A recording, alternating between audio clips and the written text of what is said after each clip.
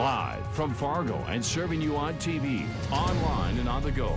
This is Valley News Live 10 at 10.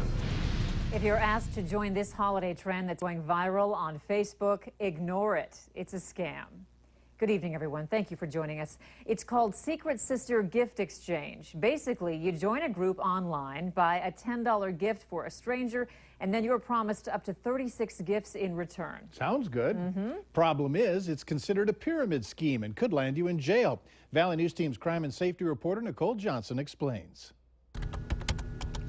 You're asked to join by a friend on Facebook, either through a status, a message, or an invite. They claim all you have to do is buy one gift that costs $10. Send it to a secret sister and you'll get one back. Or maybe 2, 3, or 26.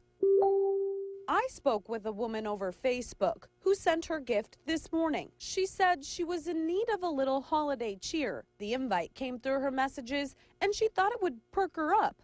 Thousands like her are posting about the exchange on Facebook, YouTube, and telling their friends to join in. Problem is, authorities across the country are warning you about it.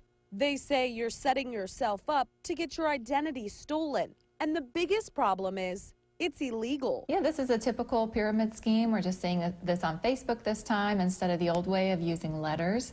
And Facebook allows it to spread a lot faster. The United States Post Office considers the exchange a chain letter, which is a form of gambling.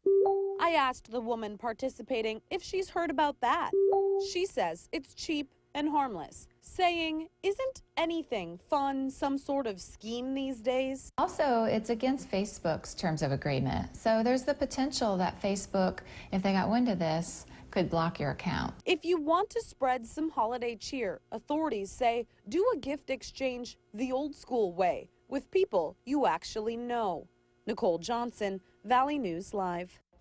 We did speak with local police. They told us they don't believe they've run into any issues with the Secret Sister gift exchange. However, we did talk to people in the area who have been asked to join in. The body found in an apartment fire in North Fargo has been taken to Grand Forks to determine the cause of death. A coroner arrived on the scene around 8:30 this evening to remove the body from the scene. The name of the person has not been released yet. Around 12:30 this afternoon, heavy smoke was seen coming out of the building at 802 14th Street North. When crews were putting the fire out in a unit on the second floor, they discovered the body. The building was evacuated. Residents of the unaffected units will be allowed to return shortly. More information has been released involving the incident on a Moorhead school bus. We now know what exactly happened before the driver ordered all of the students to get off the bus and then drove away. Valley News Team's Natalie Parsons joins us live with more information. Natalie? Mike, Andrea, these court documents say the trouble all started at Horizon Middle School. It says a female student was on the bus who wasn't supposed to be. The bus driver asked the student to get off the bus, but it eventually took the help of the assistant principal and a resource officer to get her off. 3 other students who had been involved in previous incidents on the bus refused to sit in their assigned seats. That's when the harsh words came. So harsh, in fact, that due to FCC rules, I can't even tell you them over the air. Court documents say the students and bus driver had an exchange of words. The driver then pulled over, got off the bus, then shortly later got back on, only to tell all the students to get off and that they could walk home. The documents say all the students were leaving the bus. Words again were exchanged between the kids and the driver. The police report goes on to say that many parents called to complain about the driver, saying he used racial slurs, including the N-word and other obscenities directed towards some of the students. The Clay County attorney does not believe it's appropriate to charge the driver with child endangerment because of the age of the students. It wasn't dark outside yet, and temperatures were not extreme. Natalie Parsons, Valley News Live. The Clay County attorney also says she would not move forward with disorderly conduct charges because if the driver was to be charged, then the students should also be charged for their inappropriate behavior. An unusual incident out of Becker County. Police there say a man was arrested after he was sitting in the lobby of the Becker County Human Services Center sharpening a knife. When 45-year-old Donald Merrill of Frazee, Minnesota, was taken into custody, he had several knives and controlled substances. Police say there was no direct threat made involving the knife. Formal charges, however, are pending. More people prefer to shop online, and with Christmas coming, police are urging shoppers to take extra precautions with those online purchases. Valley News Team's Giovanna Simic tells us how you can protect yourself against porch pirates.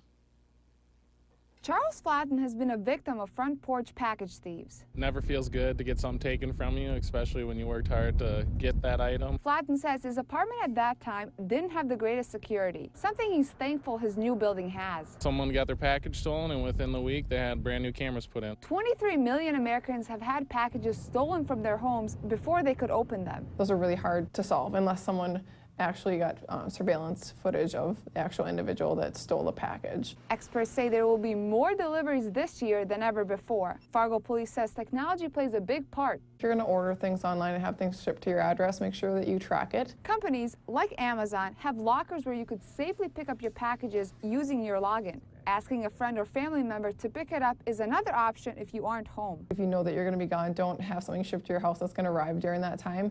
Maybe have it shipped to your workplace. Deliver it to the post office, pick it up in person. So you can avoid a Grinch sneaking up and stealing your presents. In Fargo, Giovanna Simic, Valley News Live. Police say if you are a victim of porch pirates, you need to file a police report right away. North Dakota Governor Gov Dalrymple says he hopes to meet with his Standing Rock Sioux Tribal Council soon to find a peaceful resolution to issues involving the Dakota Access Pipeline. Dalrymple says he plans to discuss the importance of rebuilding strong, long-term relationships between the state and the Standing Rock Sioux tribe.